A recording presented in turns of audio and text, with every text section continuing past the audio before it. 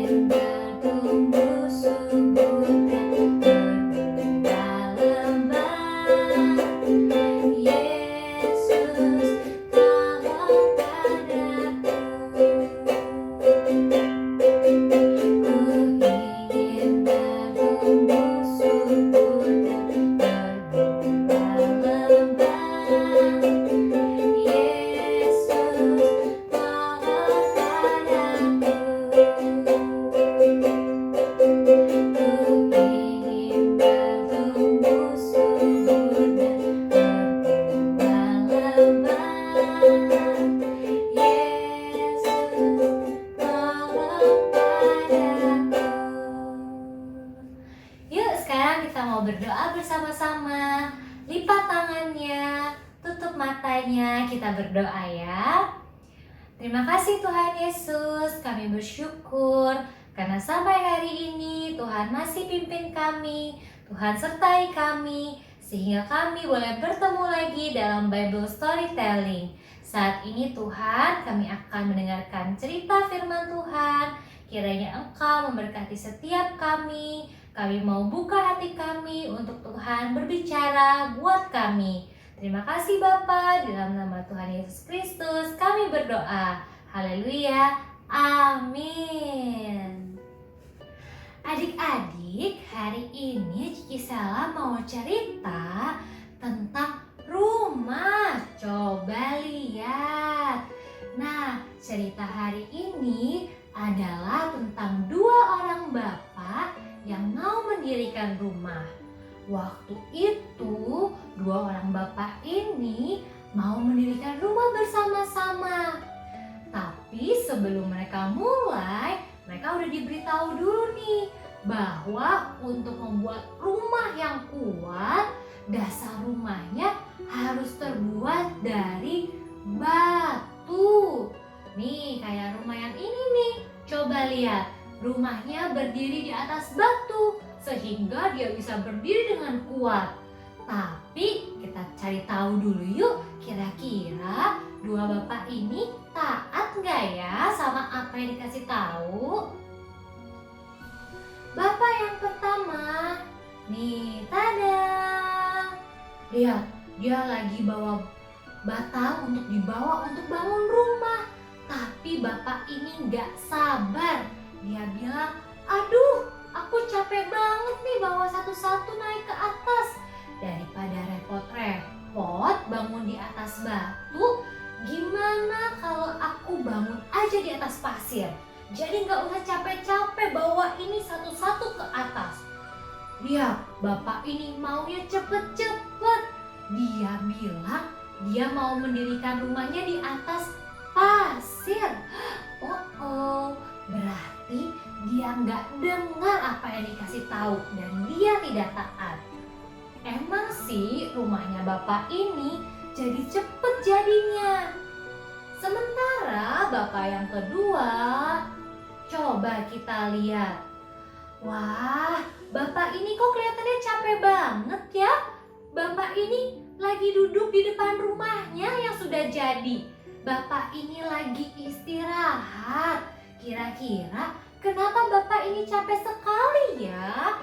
Karena ternyata bapak ini mendirikan rumahnya di atas batu. Makanya dia satu-satu bawa bahan bangunan ke atas batu. Lebih lama. Tapi waktu rumahnya udah jadi, lihat nih. Bapak ini senang karena berhasil mendirikan rumah di atas batu. Padahal waktu dia lagi bangun rumah capek-capek bawa bahan ke atas batu, bapak yang tadi ngeledekin. Ih, kamu ngapain capek-capek bangun rumah di atas batu? Lama tahu, lebih capek lagi. Nih kayak saya bangun rumahnya di atas pasir aja biar gak jauh-jauh. Nah, setelah kedua rumah bapak ini jadi, suatu hari datanglah hujan dan badai. Coba adik-adik lihat. Nih, ada dua rumah ya. Ini rumah yang di bawah, rumah bapak pertama yang membangun di atas pasir. Sementara rumah yang di atas ini adalah rumah bapak yang membangun di atas batu. Kira-kira waktu hujan dan badai datang, apa yang terjadi sama dua rumah ini ya? Ternyata kita lihat bapak yang pertama.